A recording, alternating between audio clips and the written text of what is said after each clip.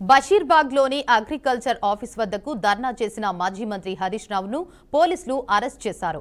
హరీష్ రావును వాహనంలోకి ఎక్కిస్తుండగా పోలీసులను ప్రశ్నించారు.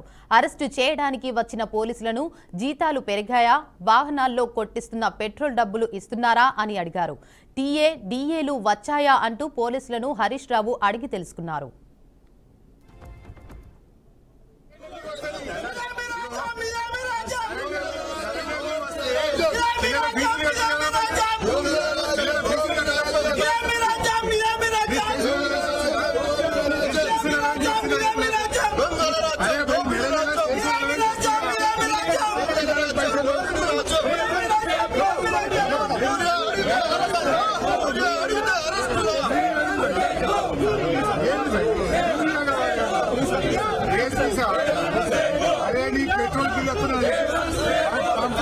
కాంపౌండ్ ఉద్యోగవుతలే నీ పోలీస్ జిల్లా పెట్రోల్ పైసలు ఇస్తలేదు రేవంత్ రెడ్డి.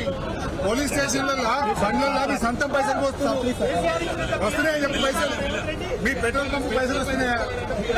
మీకు పెట్రోల్ వస్తున్నా పోలీసు